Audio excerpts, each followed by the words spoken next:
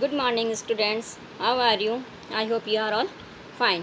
Today's our video for class 10 subject SST chapter first. उसी को आज हम कंटिन्यू कर रहे हैं। हमने लास्ट क्लास में भी इस चैप्टर के बारे में डिस्कस किया था कि द नेशनलिज्म इन यूरोप के अंदर राष्ट्रवाद। ठीक है, इसी को हम आज कंटिन्यू करते हैं। ये देखो मैंने टिक लगाया, इस पैराग्राफ से हम आज कंटिन्यू कर रहे हैं। The revolutionaries further declared that it was the mission and the destiny of the French nation to liberate the people of Europe from despotism, in other words to help other people of Europe to become nations। क्रांतिकारियों ने यह भी घोषणा कर दी थी कि फ्रांसीसी राष्ट्र का ये जो लक्ष्य है, ये जो भाग्य है, ये क्या है, यूरोप के जो वह लोग हैं जो क्या है, जिनके ऊपर निरंकुश जो शासक है उनका उनके ऊपर जो राज चल रहा है, उनसे उनको क्या करा दिया जाए, मुक्त करा दिया जाए। ये किसने घोषणा की थी? क्रांतिकारियों ने की थी। ठीक है, और दूसरे अगर वर्ड्स में अगर हम कहें तो ये होता है कि फ्रांस और यूरोप के जो लोग हैं उनको राष्ट्र में गठित होने में ये क्या करेगा, मदद करेगा। किसने की थी ये घोषणा?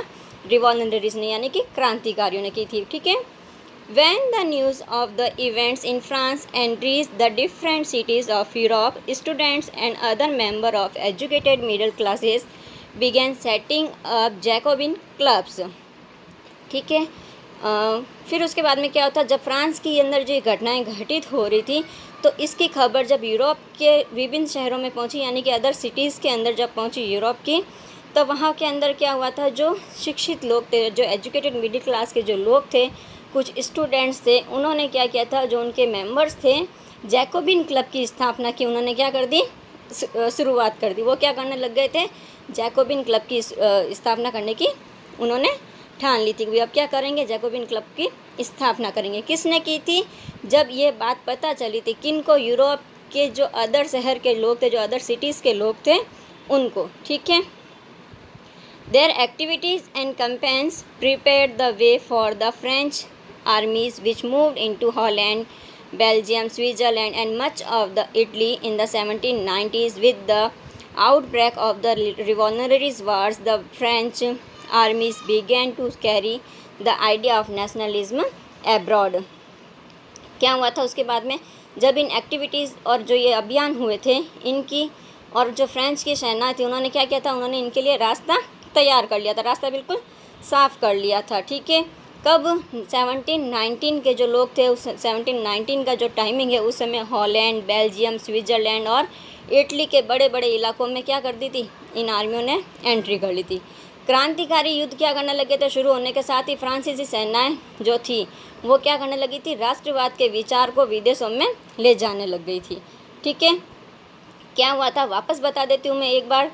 1719 का जो टाइमिंग था, उस समय हॉलैंड, बेल्जियम, स्विट्ज़रलैंड और इटली के जो बड़े बड़े इलाके थे वहाँ पर कौन चले गए थे, सेनाएं चली गई थी। कौन सी सेनाएं? फ्रेंच वाली सेनाएं। ठीक है, और जो जितने भी रिवॉल्यूशनरीज थे, जितने भी क्रांतिकारी थे, उन्होंने क्या किया था कि जो युद्ध शुरू हो रहा था उसके साथ ही फ्रांसीसी सेना ने क्या किया था, राष्ट्रवाद के जो विचार थे उनको दूसरे देशों में यानी कि विदेशों में ले जाने लग गए थे।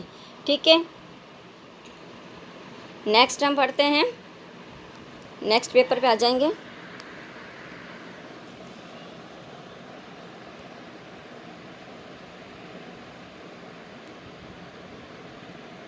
एक सेकेंड।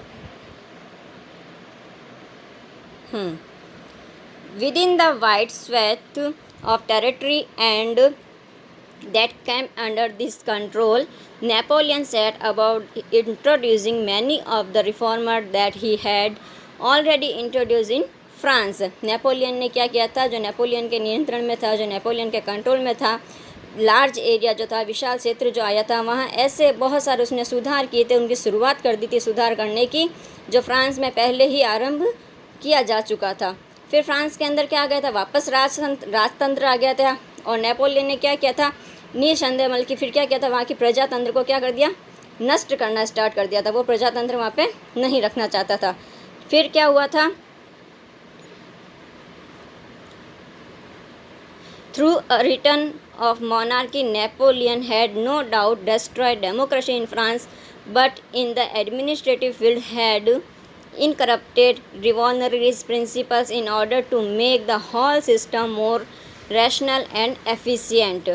क्या हुआ था फिर कि नेपोलियन ने क्या किया था, राजतंत्र को तो ख़त्म कर ही रहा था, उसके साथ वो क्या करना चाहता था, जो इनकरप्टेड है यानी कि जो भ्रष्टाचार चल रहा था उसको भी वो क्या कर रहा था, उनके जो सिद्धांत थे उनको वो क्या करना चाहता, वो भी उसको हटाना चाह रहा था।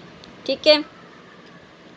The civil code of 1804 usually known as the Napoleon Code did away all privileges based on birth, established equality before the law and secured the right to property. This code was exported to the region under French control in the Dutch Republic, in Switzerland, in Italy and Germany. Napoleon simplified administrative division, abolished the feudal system and freed peasants from serfdom and manorial dues in the towns.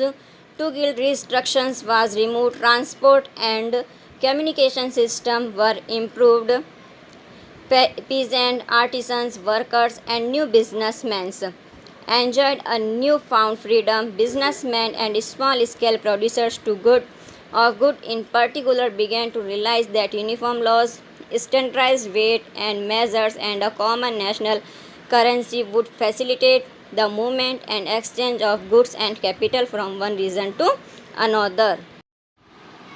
Napoleon ने क्या किया था, जो जन्म के साथ उनको जो अधिकार प्राप्त हुए थे उनको समाप्त कर दिया था और कानून के समक्ष उन्होंने क्या किया था, जो बराबरी और जो संपत्ति का अधिकार है उसको भी सुरक्षित बनाया था। और इसी संहिता को फ्रांसीसी नियंत्रण में उनके जो कंट्रोल में आने वाले थे उनको भी क्या कर दिया था, लागू कर दिया था। ठीक है।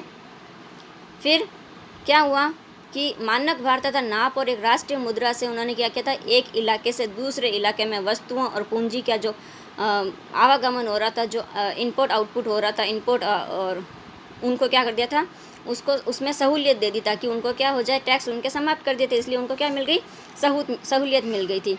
लेकिन जीते हुए इलाकों में स्थानीय लोग जो थे, वहाँ के जो लोकल लोग जो थे, तो फ्रांसीसी शासन के लिए उन्होंने क्या करी, मिली जुली एक्टिविटीज़ करी। शुरुआत में तो क्या हुआ था, अनेक स्थानों पर यानी अनेक जगहों पर, जैसे हॉलैंड है, स्विट्ज़रलैंड है और साथ ही ऐसे कई शहर थे जैसे ये ब्रसेल्स है, मेज है, मिलान है और वार्सा, और फ्रांसीसी सेनाओं में क्या हुआ था कि इनको फ्रीडम का तोहफा देने वाली क्या कही गई थी, देने वालों की तरह स्वागत किया गया था भाई कि हाँ इन्होंने क्या किया है, फ्रीडम दिलवाया है। ठीक है।